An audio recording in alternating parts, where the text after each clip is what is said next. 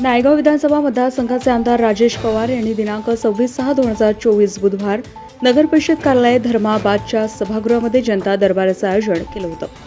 धर्माबाद तालुक्यातील विकास कामे व अडीअडचणींची माहिती घेऊन त्यांचे निरसन करणं हा मुख्य हेतू होता. सदरील कार्यक्रमामध्ये ज्येष्ठ पत्रकार नांदेड जिल्हा मराठी पत्रकार संघाचे जिल्हा संघटक GP मिसाळे यांनी धर्माबाद तालुक्यातील विकास व सुधारणाबाबत मतं मांडत असताना तालुक्यात बेरोजगारांना रोजगार मिळावा हा प्रश्न मांडण्यात आलाय. यावेळी विद्यमान आमदारांच्या पत्नी माजी जिल्हा परिषद सदस्य असून भारतीय जनता पार्टीच्या महिला जिल्हाध्यक्षा आहे.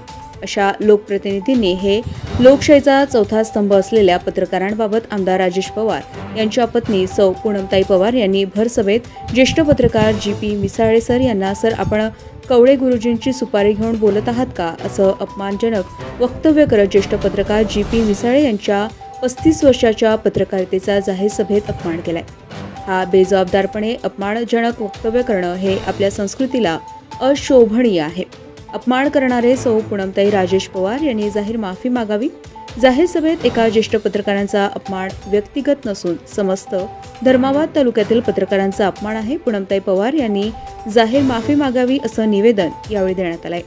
गजा महाराष्ट्र 24 न्यूज करिता नांदेडहून आमचे प्रतिनिधी लालाजी इब्नेलू. नाव घ्यायला नको पाहिजे होतं. तुम्ही त्यांची सुपारी घेतलात का? तर आम्ही सुपारी घेऊन कोणाची बोलू नाही. त्यांनी सुपारी घेतलं हे म्हणून आमचा अपमान पत्रकाराचा केला. आम्ही कोणाची सुपारी घेत नाही. सुपारी हा शब्द उचित नाहीच नाही म्हणून आम्ही पत्रकार संघाच्या वतीने या शब्दाचा निषेध व्यक्त करतो आणि आम्ही निवेदन देऊ त्याचा निषेध सादर करतो.